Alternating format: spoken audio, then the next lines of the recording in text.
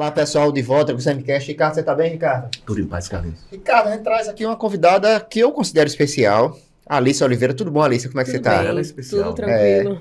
Votação. A Alicia foi, além de ser a segunda candidata mais votada do PT em Maceió, ela superou os 3 mil votos, uma votação surpreendente. E aí, Alicia, eu já começo emplacando aqui o primeiro questionamento, para a gente já não perder tempo. Dentro do PT, isso eu converso com várias pessoas do PT, que é o seu partido. Sim. Não era aguardado essa votação. Assim, você estava na banca. Eu estou falando o que o pessoal me passa. Você estava lá para compor, para trazer os votos, os seus votos, para ajudar outras pessoas. Outras pessoas a se elegerem. De repente, você aparece com 3 mil votos, superando aqueles que eles achavam que você ia ajudar. Quando você percebeu isso no processo e o pós-eleição, você percebeu uma mudança de tratamento, alguma coisa? Seja muito bem-vinda, viu? Muito obrigada, eu que agradeço. Primeiro dizer isso, né? É uma felicidade imensa estar aqui com vocês. Acho que é muito importante que a gente estabeleça esses diálogos, né? Principalmente com candidaturas, né? Como nós temos colocado dentro desse processo da bancada negra. Nós buscamos, né, propor essa outra forma de fazer política, e é muito bom dar visibilidade para outras formas de fazer política também. Então, queria agradecer demais esse espaço. A Bancada Negra, ela não é um projeto que surge para o processo eleitoral especificamente. Então, a nossa organização, ela é uma organização que é desdobramento do movimento negro, né? Nós surgimos a partir do INEG, que é o Instituto Negro Alagoano, né, de Alagoas, e a gente surge como uma demanda do movimento negro, para justamente essa articulação política. O que é que o INEG enxerga, né? Enxerga um cenário extremamente adverso para a nossa população no Estado, e a gente entende que participar do processo político, né, integrar de fato essa democracia, nos traz essa maior possibilidade de luta mesmo, né, como ferramenta de reivindicação. O movimento negro... Mas a partir do momento que vocês optam pelo PT, obviamente vocês querem se inserir, né, na sociedade, mais ainda, né, ampliar e, se possível, que foi a tentativa, quem sabe mais na frente vai dar certo, de se eleger um representante para a Câmara Municipal, quem sabe para a Assembleia Legislativa. Ou seja, essa pretensão também existia já, né? Sim, com toda certeza. E aí, para de fato pegar o gancho para responder a tua pergunta, então o que eu quero dizer com isso, né? A nossa construção, ela se dá desde 2017. Que é quando esse movimento ele surge nessa demanda de representatividade do movimento negro, e a gente traz esse processo de construção política, né? Nós passamos pelo PSOL, né?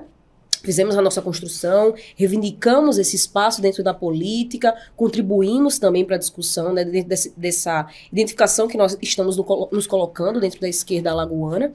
Então, a gente traz essa proposta, né? Quando a gente vem para o Partido dos Trabalhadores, o nosso projeto, de fato, é propor um projeto político para a ocupação da política, para a ocupação da Câmara de Vereadores. Então, a gente já fazia essa análise de que sim, de que era possível. Por quê? Porque a gente estava em contato diretamente com as pessoas que estavam colocando essas demandas. Então, como a gente vem nesse processo de construção ao longo dos anos, nós entendíamos que existia parte da população dessa cidade que identificava, né, essa ausência de representatividade, né, de uma Câmara de Vereadores que é tomada majoritariamente por pessoas que se colocam, né, no espectro de direita e representam muito bem aquilo que elas se identificam. Então, a gente enxerga que existia esse lugar, que o Partido dos Trabalhadores também precisava dessa chegada da bancada negra para que a gente pudesse, de fato, reforçar, né, essa trincheira dentro da política de esquerda alagoana. Então, a gente chega com pretensão, sim, de ocupar uma cadeira na Câmara de Vereadores. Né? Então, a gente, desde o início, quando nós, né, entramos no Partido das Trabalhadoras e Trabalhadores, nós deixamos claro, né, que o nosso projeto, né, o projeto da Bancada Negra, obviamente, é um projeto de fortalecimento do partido, é um projeto para colaboração com os outros companheiros e companheiras que se colocam também nesse jogo, mas a gente entende que a gente também tem que assumir um papel de protagonista, porque A bancada negra se constrói a partir dessas lutas que, de fato, são dessa população, né? Nós somos representantes das pessoas negras, LGBTQIA+, das mulheres dessa cidade, que são pessoas que dependem extremamente desse processo político. Alicia, então, veja só, é você tem uma identificação com a esquerda que, por exemplo, a Teca Nelma não tem ainda. Não significa que ela não venha a ter. Ela, imagino eu, quer construir isso. Ela foi para o PT já com uma identidade de uma vereadora combativa, considerando inclusive a bancada como um todo, né, da Câmara de Vereadores, o que o Valmir, que é uma ótima figura humana, né, foi vereador que foi eleito com 1.600 votos, o Valmir, né, mas que não teve a atuação que se imaginava que ele podia ter sendo um representante do PT. Aí tem o pastor Wellington, que surge também com um outro nome extremamente interessante dentro do PT, né? O PT apresentou ótimos candidatos, você, o pastor Wellington, citando aqui os dois que foram bem votados, até o Valmir mesmo, né? Enfim, vocês se comunicam hoje, você, pastor Wellington, Teca Nelma, Valmir, para dar uma oxigenada no PT aqui de Maceió e de Alagoas? Com certeza, eu acho que é extremamente importante que exista esse diálogo, antes mesmo do processo eleitoral acontecer, e foi justamente o que nós fizemos, né? Nós já tínhamos uma proximidade com o pastor Wellington, antes mesmo da gente integrar o Partido dos Trabalhadores. É uma figura, né, de ele grande, PT agora, né? grande representação no cenário, não só político, né, mas dentro desse campo que nós nos enxergamos, né, como pessoas de esquerda que lutam por pautas progressistas, por laicidade e direitos das pessoas nessa cidade, por cidadania. Então a gente já tinha um diálogo com o pastor Wellington de outros períodos, e nós mantivemos, obviamente, o nosso diálogo. E a gente enxerga mesmo, né? A gente se enxerga como dentro desse processo de dar renovação. essa cara, né? De dar essa cara de que a gente precisa, de fato, trazer as pessoas dessa cidade para enxergar a política como um meio e ferramenta de transformação. Eu acho que é essa cara que essas candidaturas têm, né? De representar, de fato, essas pessoas que estão na margem, né? Que estão na periferia, para se verem também, para se enxergarem dentro desse processo, que é aquilo que a gente fala que é representatividade, né? Não só representatividade pela representatividade, mas que as pessoas estejam, de fato, pautando esse processo político. Eu acho que essas candidaturas, elas vêm com essa cara de contato, de diálogo, de voltar, né, de retornar esse contato com as periferias, com as pautas com que as pessoas têm se identificado, e acho que a gente tem tido esse fôlego, né, e trazido para contribuir mesmo com o Partido dos Trabalhadores nesse sentido. Você acha que o PT precisa de renovação local? Eu não falo só local, não.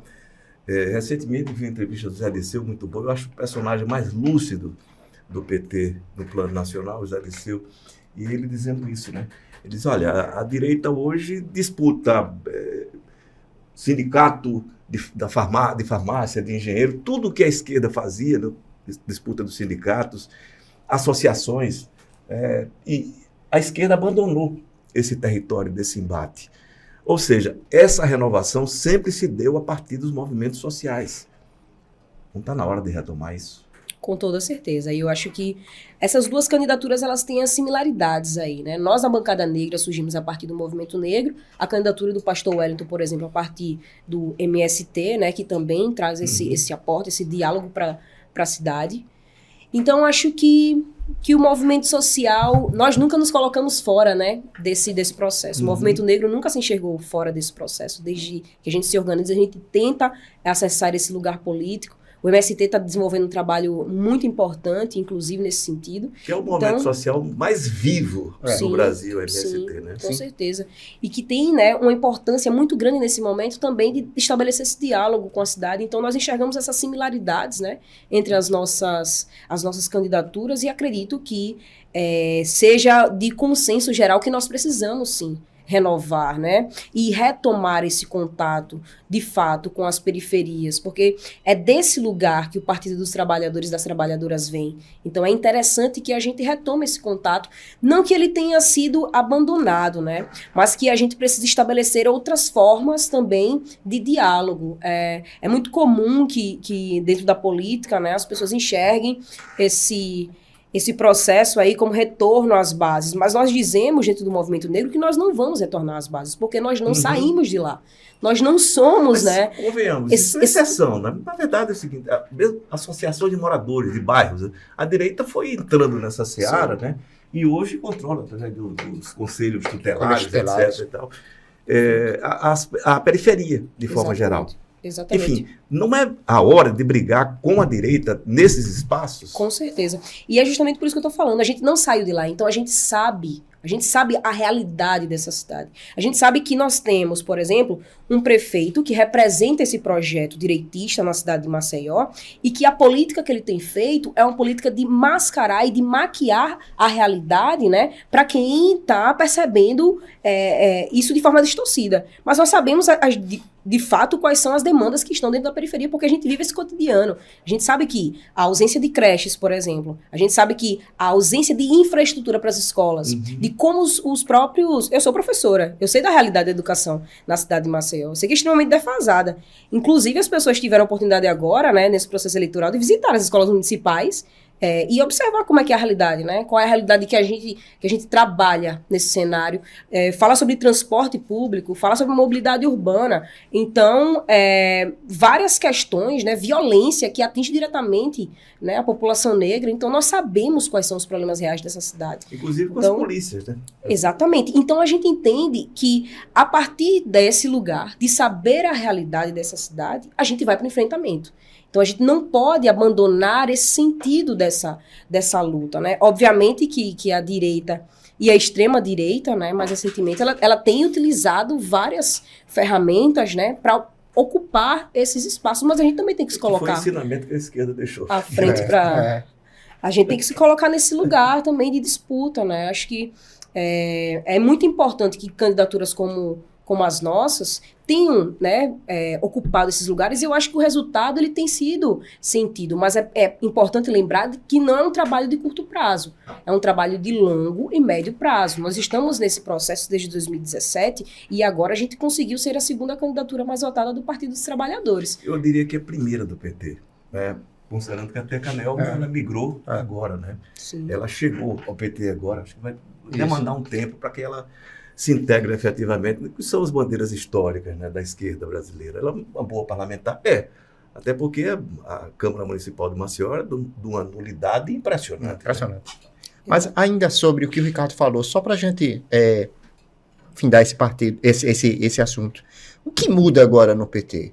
Veja só, 6 mil votos do PT foram entre você e o pastor Wellington, né? Alice e pastor Wellington. Isso muda efetivamente algo dentro do partido, porque você falou no projeto de direita do prefeito, mas o PT tem se aliado a governos também de direita estaduais. Eu acho que você tem uma postura crítica em relação a isso. Paulo Dantas seguramente não é de esquerda, nem o Renan Filho era. Né? Nem Renan Pai. Qual o projeto de mudança de vocês interno? Porque eu acredito que, transpassando essa questão do movimento, vocês entrando na política partidária, vocês têm que mudar algo dentro do partido, até para poder, né, que o projeto ande. Vocês têm algum projeto interno dentro do PT para ocupar o partido antes de qualquer coisa? Então, com certeza. Nós entendemos que o PT ele é um partido histórico, na verdade. Né? O PT é um partido muito grande, na verdade. Então, o Partido dos Trabalhadores também é um lugar em que a política precisa se dar na disputa, né? E nós integramos esse processo justamente para trazer esse novo olhar de disputa político-partidária. E nós não podemos nos dar ao privilégio de não disputá-lo, né? Nós estamos ali também para enxergar as dinâmicas internas dentro do partido, e eu acho que o recado ele fica muito claro assim, nesse processo eleitoral, de que nós precisamos mesmo mudar a forma de comunicar e de pautar as nossas questões frente a tudo isso que tem acontecido, né? Então, a gente vê um prefeito elegendo 11 vereadores, né?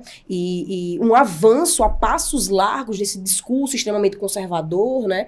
Que atinge principalmente as pessoas que, aliás, nos atinge diretamente porque somos nós quem representamos essas ditas minorias, na verdade, que nós sabemos que somos maioria. Então, eu acho que essa eleição ela deixa um recado muito claro para dentro do Partido dos Trabalhadores de que é necessário fazer mudança, de que é necessário, sim, trazer essa oxigenação população e que é necessário, sim, dialogar diretamente com a periferia dessa cidade, dialogar diretamente com essas pautas, para que a gente possa, de fato, avançar, né? Para que a gente possa, de fato, dar uma resposta a esses avanços da extrema-direita e da direita. E aí nós falamos, né? Eu estou com Sueli Carneiro, quando Sueli Carneiro fala aqui.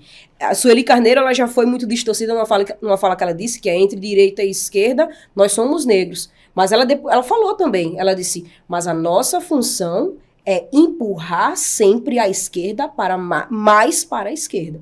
Então é nessa função que a bancada negra também assume, né? Nós estamos aqui para relembrar todas as necessidades reais do povo dessa cidade e de que isso precisa estar na ordem do dia. Isso precisa estar sendo pautado pelo Partido dos Trabalhadores diretamente, inclusive internamente. Então é dessa forma que a gente se posiciona. Veja só, já que a gente falou da situação aqui de Maceió especificamente, a intervenção do Diretório Nacional, que tirou o PT da disputa majoritária, não terminou sendo ruim para o PT, mesmo para a formação da bancada do PT na Câmara de Vereadores, não seria o caso. Obviamente, eu estou aqui especulando, né? Especular com o passado no si é muito ruim sempre. Mas, assim, se o PT tivesse tido um candidato a prefeito, a bancada do PT não seria maior? Não poderia ser maior? Desde o início... O que você acha dessa intervenção? Vamos lá. Desde o início, nós nos posicionamos favoráveis a uma candidatura majoritária do Partido dos Trabalhadores. Desde as primeiras conversas, nós tivemos plenárias para decidir sobre essas questões, e nós, da bancada negra, sempre entendemos que era importante, sim, que o Partido dos Trabalhadores ele se posicionasse nesse cenário local, e tudo que nós sempre falamos foi que ninguém melhor do que o Partido dos Trabalhadores para ter uma candidatura majoritária a prefeito de Maceió, porque nós representamos, de fato, as pautas da população dessa cidade. E o enfrentamento que precisa ser feito, ele precisa ter a cara do Partido dos Trabalhadores. Somos nós que estamos, o né? O Rafa não tinha cara do PT, né? Exatamente por isso que nós defendíamos uma candidatura que fosse do partido, né? Porque fomos nós que passamos por esse processo de criminalização dos últimos anos, né? A criminalização de fato da esquerda, a criminalização do PT, né? E que foi feito de forma institucional nesse país. Então, fomos nós que passamos por todos esses processos, né? E ninguém melhor do que nós, então, para fazer esse processo de retomada. E eu acredito que essa resposta das urnas talvez nos dê já um sinal desse processo de retomada, né? Nós não temos uma votação tão expressiva, acredito, desde 2012, de fato, né, do Partido dos Trabalhadores. Nós conseguimos, então, romper uma série histórica. Desde 2012, o partido não consegue ultrapassar esse número de votos e agora nós conseguimos, de alguma forma, virar essa chave e fazer com que o partido ele retome esse lugar, né, de discussão na Câmara Municipal. E aí, respondendo a tua pergunta, nós temos, sim, projeto, né, de que o Partido dos Trabalhadores ele ocupe o lugar de fato que ele tem que ter dentro da política, não só na cidade de Maceió, mas no estado. Então ele precisa ser fortalecido, né? Nós precisamos retomar esse processo de diálogo interno mesmo para fortalecimento do partido, não só do que a gente se identifica hoje como bancada negra, né, mas das outras candidaturas também. Por isso que é importante que a gente faça esse diálogo, porque esse partido ele precisa ser fortalecido, né? Nós passamos por um processo histórico extremamente difícil. E a eleição do presidente Lula, né, não nos garante que daqui para frente esse processo seja fácil. Muito pelo contrário, né? Fica o PT sem o Lula, né? Que é um questionamento que o próprio Zé Disseu, né? Ele fala da necessidade. E nós temos muitas potencialidades dentro do Brasil. Grandíssimos nomes, né? Eu sempre cito o caso do Haddad, que eu acho um nome absolutamente especial. Mas, enfim, é difícil, né, imaginar o PT, pelo tamanho que o Lula tem, né, sem o Lula hoje, né? Extremamente Lula é um candidato difícil. Muito. Com certeza. Ou seja, mas tem que se construir, né? Mas tudo precisa ser construído. Claro. Nós trouxemos recentemente o Renato Freitas. E ele tem também Deputado estadual, né? Deputado estadual lá no Paraná.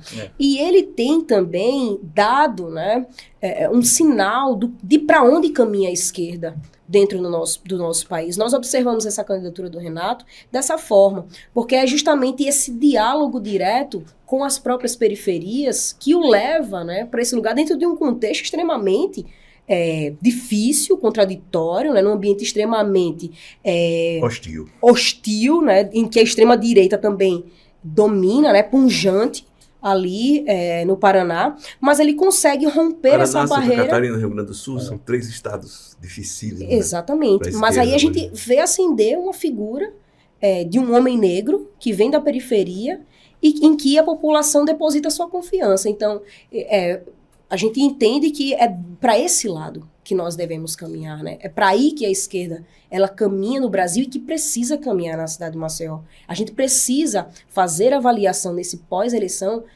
dessa forma, entendendo então como é que é o comportamento a partir de agora, né? Para onde é que a seta está indicando que a gente tem que caminhar, e nós enxergamos que nós temos que caminhar cada vez mais para a esquerda. Então a gente precisa trabalhar muito nessa cidade. Nós tivemos um projeto que eu falei aqui, né, antes para vocês, o projeto o Reexistência, de diálogo diretamente com a juventude. É muito comum que as pessoas falem, né, mas a juventude não se interessa mais por política, cadê a juventude da militância, cadê as pessoas que estavam preocupadas? Mas será que a gente tem tido condições possíveis dentro dessa cidade para que essa juventude que sai do ensino médio, né, e não tem perspectiva de trabalho, por exemplo, está dentro de uma periferia em que é completamente desestruturada, que não tem acesso à cidade. Eu sou de Fernão Velho, eu sou de uma parte da cidade em que você é isolado até geograficamente, então você não tem acesso, né, ao trabalho, você não tem acesso à dignidade, à cidadania. Então, será que é possível, né, dentro desse contexto extremamente hostil, a gente cobrar dessa mesma juventude de periferia que ela esteja engajada dentro dessas lutas e que entenda esse cenário político como extremamente adverso que a extrema-direita tem pintado? Mas, Alice, não é só da periferia, né? Mesmo da classe média. Eu lembro conversando com o Vladimir Palmeira, ainda no começo do milênio, né? O Vladimir foi uma grande liderança política, você sabe disso, de esquerda, é uma figura extremamente interessante, né? Hoje dedicado exclusivamente à atividade acadêmica. E ele dizia, olha, naquela época, já estou falando aí de 2005, 2004, 2005, 20 anos, né? A dificuldade de se mobilizar a garotada, e mesmo a garotada da classe média. Obviamente, ele dizia que a grande dificuldade era como chegar. E, evidentemente, esses instrumentos de comunicação, rede social, uma sociedade de consumo cada vez mais avassaladora, vai ficando mais complicado e difícil. Então, não é o negro da periferia, o jovem da periferia, é importante e fundamental que ele milite, mas também o jovem da classe média. E você tinha militância do movimento estudantil, né, universitário, ela é classe média, e que hoje também não se interessa por política. Se, por um lado, você tem o jovem da periferia, que não tem tempo, digamos assim, para dedicar a isso, porque as preocupações prementes, né, elas são crescentes, tem o da classe média que não se interessa e cada vez menos se interessa. Acredito que o cenário, ele tá posto para isso também, né? Mas colabora muito para isso, mas ainda né? assim é preciso. Com toda certeza. Então, falando especificamente, né, desse extrato social que vai ser a classe média, acredito que esse discurso, né, de extrema-direita, que inclusive aqui na nossa cidade usa desse alarmismo, né? Nos últimos anos nós vivemos isso, a criminalização da esquerda passou também por esse lugar, né? De criminalizar os movimentos sociais, né, de reprimir com veemência tudo que nós representamos, né, e reivindicamos. Então, existe uma articulação, né, através, inclusive, das mídias sociais. Eu converso muito com os meus colegas professores de como é que o discurso ele tem sido colocado dentro das mídias sociais e que a gente não pode se enganar de que isso é uma coisa corriqueira. Isso é muito bem planejado e provocado. Então, dentro do TikTok, por exemplo, um discurso extremamente conservador, que atinge, principalmente, essa juventude de classe média. Então, os meninos se identificam com aquelas red pills, né? Preconceituosa. E as meninas, né? Recentemente eu vi um fenômeno de voltar essa história de que a mulher tem que voltar para o lado, tem que ser a esposa troféu. E aí a gente viu esse movimento muito bem articulado através das redes sociais, colocando isso como glamourizado. Então, a gente entende que isso não é uma organização local. Isso é uma organização internacional, articulada, né? Que vai ali construindo esse discurso ao longo do tempo e que isso atinge também, né? Não só as pessoas que estão na periferia, mas que o discurso é direcionado para pessoas brancas. Chega a informação, mas chega de forma errada. De classe média. Então a gente tem que entender que é uma disputa de narrativa. Nós estamos nessa disputa, né? É também uma disputa de narrativa e nós que estamos lutando pela sobrevivência da gente e dos nossos, né? Entramos nessa corrida muitos passos atrás. Então as pessoas falam, né? Mas a esquerda tem que entender, a esquerda tem que lutar, a esquerda tem que se renovar. Utilizar esse instrumento. E utilizar esses instrumentos. Mas que parte da esquerda nós estamos falando, né? É isso que nós falamos. Porque nós estamos na esquerda, mas a gente nessa corrida, a gente sai muito atrás. Porque a gente está lutando para que os jovens dessa cidade, na periferia, não sejam assassinados, né? Essa cidade que os últimos atlas da violência apresentam que um jovem negro tem 17 vezes mais chance de ser assassinado do que um jovem branco. Então, todas as vezes nós falamos que esse é um recado muito claro para as nossas populações. E é justamente isso. Nós estamos lutando pela sobrevivência. É para isso que nós lutamos. Deixa eu fazer uma provocação. Um caso como o que envolveu recentemente o Silvio Almeida, era um ministro, um cara de militância, né? Do movimento negro, movimento de direitos humanos. Um episódio, o estrago que faz um episódio como esse. Olha só, essa análise desse caso do Silvio de Almeida precisa ser feita da seguinte forma. Nós temos o racismo sistêmico no Brasil, né? E ele coloca sempre essa figura da pessoa negra que ascende como exemplo. Ou seja, todo negro que ascende se torna exemplo. A partir do momento em que esse negro falha, todas as pessoas que esse negro representa vão ser também prejudicadas por esse lugar em que ele ocupa. E isso é o racismo na prática. Porque o racismo na prática, ele desumaniza, coloca o negro como representante de todo o grupo, né? Ele homogeneiza, como se não houvesse diversidade. Eu entendo o que você está dizendo, porque não era um personagem qualquer, um cara que ocupava o Ministério dos Direitos Humanos. Perfeito, exatamente. Esse estrago, para mim, não. Eu não mudo a minha visão disso, não. E acho, inclusive, como produtor, né, de conhecimento, ele é uma figura brilhante, né? Mas ele fez um mal terrível, porque ele dá discurso a este discurso, né? Ele dá argumento a esse discurso. Com certeza. E é justamente desse lugar que eu estou falando. Porque quando um homem branco falha, ele não falha em nome de todos os homens brancos. Mas o homem negro, ao falhar, ele falha por todas as pessoas negras que ele representa. Então, é por isso que eu estou falando que esse é o discurso em seu lugar mais efetivo, o racismo no seu lugar mais efetivo, porque ele homogeneiza todos os negros num lugar e diz, tá vendo?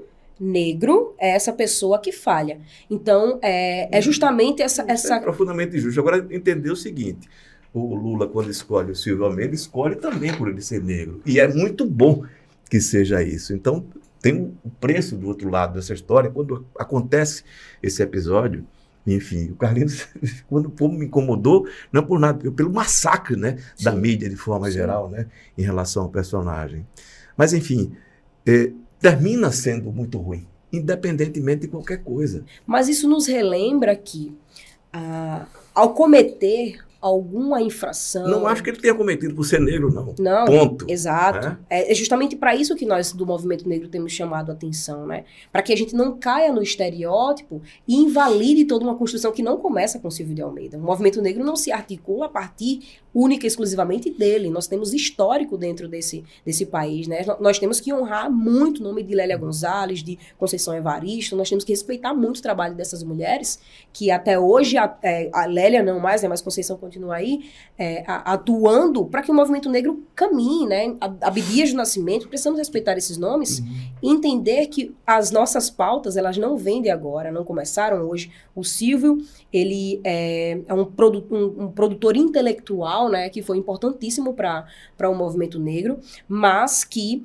ao falhar, né, que ao cometer, né, algum tipo de... E que não foi por ser um negro. Sim, mas por ser um sujeito, de crime, etc.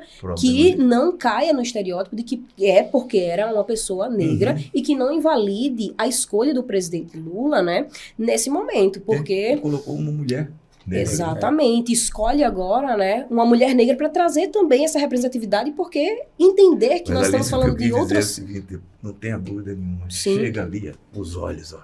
Com certeza. Todo mundo fica... os olhos ficam procurando, né? Enfim, algum defeito, algo... Mas a ministra, quando assumiu, no outro dia estava uma matéria, porque ela foi secretária de Educação, né? Não prestou conta de 61 milhões. Porque, evidentemente, vai ter, sim, sempre esse olhar especial. Então, se puder evitar, evite, né? Pois é. Deixa eu pegar uma carona na provocação do Ricardo. não foi meio decepcionante as escolhas do presidente Lula, o presidente do PT, para o Supremo Tribunal Federal? Ele não perdeu ali uma oportunidade de... nem falo de representatividade, porque eu acho que o STF ele tem uma outra característica, mas de colocar alguém diferente do que ele colocou lá?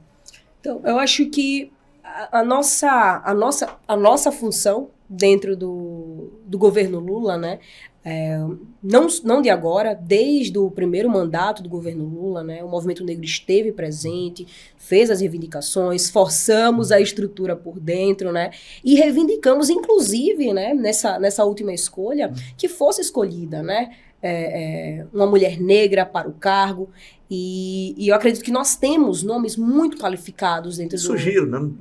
Na cenário mídia apareceram vários nomes nacional, bons, né? para ocupar esses lugares, né? Mas nós enxergamos que a estrutura, né, mesmo que dentro da própria esquerda, ela é muito difícil ainda para a nossa população. E é justamente isso que a gente fala, né? Dentro desse mesmo ambiente político em que nós colocamos as nossas pautas, e, repito, né, é justamente dentro desse espectro político que nós nos enxergamos, mas nós não podemos nos privar, né, nem nos dar ao luxo de não criticá-lo também, de criticá-lo em suas estruturas, que são extremamente difíceis, né, que são passadas também pelos recortes raciais, de gênero, de sexualidade, que impedem a ascensão dessas pessoas. Também, né, Alicia? E a correlação de forças políticas, com toda certeza, Claro. né? Nós temos aí, hoje nós temos o presidente Lula, né, ocupando esse cargo. A gente lutou muito para que ele voltasse para esse lugar, mas nós entendemos que o cenário político ele não é favorável, né, para as nossas pautas e para o próprio espectro político de esquerda. Então, é muito difícil ainda esse cenário, e com certeza a correlação de forças políticas influencia muito nesse cenário. Mas a gente enxerga para além também, enxerga através desses recortes que nós fazemos de gênero, de sexualidade, né, racial, que também impedem que a gente ocupe esse lugar, e o exemplo do Silvio de Almeida está aí para isso, né? Ainda que ocupe, todos os olhos vão estar voltados, né, para aquele lugar. Qualquer Então é impossível escorregão, falhar, é impossível falhar. Nós não somos autorizados a isso, né? E quando a gente falha, não existe perdão, e a rebordosa, ela vai ser muito maior porque as pessoas se sentem autorizadas para isso. Alice, a questão das políticas identitárias, né? Passaram a ocupar um espaço necessário, diga-se de passagem, mas não é fundamental que ela se integre às bandeiras universais contra a injustiça e, efetivamente, né, quando você fala que um papel da bancada negra é impulsionar, por exemplo, o governo, né, e o PT para a esquerda, mais para a esquerda, não está no momento disso acontecer mais efetivamente? Ou você sente dificuldade disso dentro do movimento? Eu sinto, na verdade, que nós não representamos nada à parte do que é o debate, por exemplo, quando nós fazemos debate de classe. Quando nós fazemos um debate sobre a classe trabalhadora, nós não estamos falando de um sujeito hipotético, abstrato. Nós estamos falando sobre um sujeito concreto, que é perpassado por essas questões, ainda que não se dê conta. Então, o homem, né, trabalhador, branco, ele vai ser perpassado por uma realidade que uma mulher negra dentro da periferia de Maceió não vai ser atingida. Então, a gente enxerga que a gente não está fazendo debate à parte do debate de classe, mas que a gente está dando características para esse sujeito para que a gente consiga, de fato, estabelecer o diálogo. E é isso que o movimento negro reivindica historicamente. Então, a gente precisa enxergar que as pessoas dessa cidade, elas têm cor. É uma cidade que é majoritariamente negra. E quais são, né, os bairros dessa cidade que mais são atingidos pela precariedade, que não tem transporte público, que não tem creche, que não tem, por exemplo, a coleta do lixo feita regularmente? Essa foi uma experiência que nós fizemos dentro do projeto Resistência, e quem participou do projeto se deparou com essa realidade e ficou surpreso, nós não, porque nós vivenciamos. A pergunta era a seguinte para os jovens: quantas vezes o caminhão de lixo passa na rua de vocês? E os meninos diziam uma. Aí eu perguntava: vocês sabem quantas vezes o caminhão de lixo passa na Ponta Verde? Uma na semana. Uma vez na semana, para as periferias. Mas lá embaixo passa todos os dias, com exceção do domingo. E outra, lá embaixo, quando o caminhão passa, ele tem hora para passar. É pontualmente às 8 horas.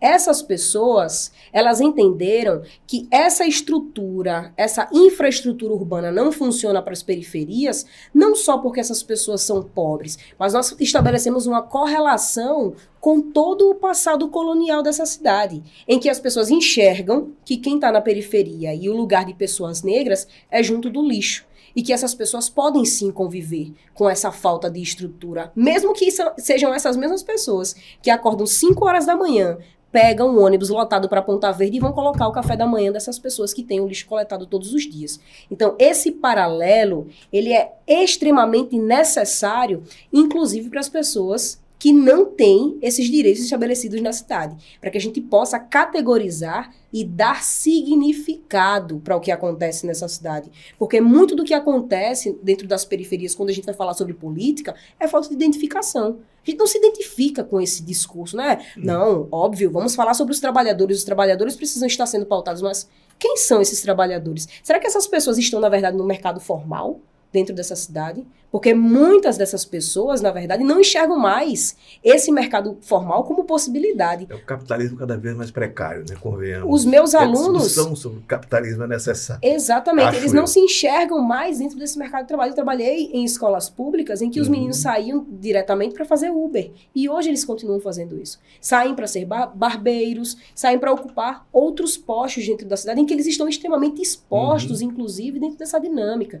Então, é importante a gente estabelecer esses paralelos, né, entre essa realidade, né, que nós trabalhamos historicamente dentro da esquerda sobre os próprios trabalhadores, mas que o movimento negro nunca distanciou disso. Quando nós falamos sobre negritude, sexualidade, né, sobre gênero, nós não estamos distanciando do debate, muito pelo contrário, nós estamos aproximando de fato quem é a classe trabalhadora desse país, que majoritariamente é negra, né, e as chefes de família são mulheres negras. Então, é preciso dar nome para que seja adaptado, né? Seja adequado esse significado. Alícia, então chegando aqui, eu vou fazer um último questionamento, depois o Ricardo fica à vontade para fazer o dele. Agora que você está em cima dos seus 3.000 votos, você tem uma representação grande dentro do partido, quais são os planos daqui para frente? Se restringir a cidade, você pensa em fazer que esse movimento alcance todo o Estado? Quais são suas movimentações a partir de agora?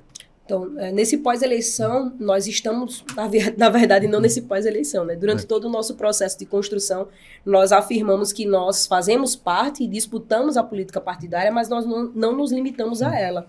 Então, os projetos da Bancada Negra, eles seguem, né? Até porque a gente não concentra esforços em apenas um sentido. Então, a gente vai continuar, por exemplo, com o projeto Resistência, nós vamos continuar indo para as escolas, estabelecendo diálogos, passamos um ano inteiro dialogando com os estudantes. Nesse próximo ano, vamos dialogar com os professores, porque é extremamente importante também, né, a classe que eu também faço parte, estabelecer esse diálogo. E a Bancada Negra, ela segue, sim, se articulando internamente, junto ao Partido dos Trabalhadores, nesse processo de combate a essa Câmara, né, extremamente conservadora e a uma figura perversa, que eu não tenho nenhum pudor de dizer que é perversidade o que acontece dentro dessa cidade, quando nós estamos falando de representação dentro do executivo, né? O prefeito João Henrique Caldas, ele age como uma figura perversa e nefasta para a população da qual eu faço parte, né? As pessoas negras, as pessoas periféricas, as mulheres, as pessoas LGBTQIA+, dentro dessa cidade estão sendo abandonadas, né? Nós não temos políticas públicas direcionadas, né, para a nossa sobrevivência e para a nossa manutenção de vida. Então, e ao mesmo tempo que existe uma maquiagem sendo feita na cidade, né, colocando monumentos gigantescos, né, promovendo uma política, né, para o turismo, para o turista ver, mas quando a gente vai para as periferias extremamente abandonadas, quando a gente vai para os UBS extremamente abandonadas e precarizadas, eu tenho pessoas diabéticas na minha família que estão na periferia, que precisam fazer curativo. O meu pai não podia fazer curativo dentro da UBS de Fernão Velho, ele tinha que ir até Satuba para poder fazer o curativo. Então, o cuidado de fato com a população que exige esse lugar dentro do executivo, que exige esse lugar dentro da Câmara de Vereadores, nós não temos temos visto. Nós temos visto essa aparelhagem do que é o Estado, né, para benefício próprio, enquanto a população permanece à míngua. Alícia, aproveitando até essa pergunta do Carlinhos e a sua resposta, você consegue identificar grande diferença, essencialmente, entre o governo JHC e o governo Paulo Dantas? Acredito que, por estar nesse lugar, né, de vivenciar de fato a cidade, a gente sente diretamente os impactos da política que tem sido feita no Executivo Municipal. Mas nós não nos privamos de enxergar também o que tem sido colocado dentro do Estado, né, através, inclusive, das próprias escolas públicas estaduais, que foram o lugar onde nós atuamos dentro do projeto Resistência. Então, nós não nos privamos de fazer críticas, né, ao JHC ou ao governo do Estado na figura do Paulo Dantas. Nós enxergamos que... Paulo Dantas, o governo do Estado, sim, né, o grupo que está no poder. Do grupo, nós enxergamos claramente que são dois grupos, né, nesses sim, mas lugares. assim, eles são diferentes na essência, na sua opinião? Acredito que não. Acredito que façam parte dessa macroestrutura política, né, da qual, inclusive, nós da bancada negra, né, nós não temos o conhecimento profundo de como funciona, porque nós estamos agora nesse lugar de disputa, né, municipal, e de disputar esse lugar interno dentro do Partido dos Trabalhadores, mas acredito que essa macropolítica, né, que ocupa o nosso Estado de forma oligárquica, a gente tem que entender que são figuras, né, que estão disputando e alternando o poder há anos dentro desse Estado. Séculos. Há séculos, exatamente, né? Nós vivenciamos uma política da capitania hereditária até hoje, e em que esse Estado foi estabelecido pelo nosso povo, mas que nós não enxergamos de fato, quais são as funções do Estado quando diz respeito a gente. Então, o Estado chega, na verdade, para a gente como ônus, sempre como a repressão, né, dentro das periferias através da polícia militar, ou como ausências. Eu falo isso. Como eu entrei na política enxergando as ausências do Estado. Então, quando eu me deparo com tudo falta, com tudo é problemático, com tudo é violento, digo, essa política ela não nos serve, ela não nos representa. E é justamente esse lugar em que eu acho que concordo muito com o Renato Freitas quando ele fala, né? Nós não podemos, né, nos colocar nesse lugar de dizer que as instituições estão funcionando. Nós não podemos dizer que sim, o Estado ele está aí para nos acompanhar e desenvolver, né, a nossa sobrevivência dentro dessas cidades. Não tem sido isso, historicamente, que o Estado tem feito para as nossas populações, e a gente não pode chegar aqui e dizer que é para isso que ele tem operado, muito pelo contrário. E eu acho que no final das contas, vocês estão certos, tem que empurrar. Não tem jeito. Para mim, é uma opinião que eu trago comigo desde sempre, governo não age, reage, e só reage empurrado. Seja que governo for de esquerda, de direita, não adianta, tem que empurrar. Mesmo o governo Lula precisa de um empurrãozinho do MST, por exemplo, para que avance na reforma agrária, né? Assim como o Estado e a Prefeitura, eu concordo com você nas críticas, tanto a um quanto a outro. Eu não consigo diferenciar muito, não. Discurso, para mim, ela não me engana há muito tempo. Mas, enfim, é isso, Carlos. Alice, queria agradecer muito a sua presença. Foi muito legal. Eu que agradeço. Viu? Seja sempre convidada, tanto aqui quanto no Cada Minuto. Estamos sempre à disposição. Eu que agradeço. Muito obrigada pelo espaço. Nós também estamos aí, Valeu, estamos na prazer. luta. Tá bom. Em frente, em frente. Grande abraço, pessoal.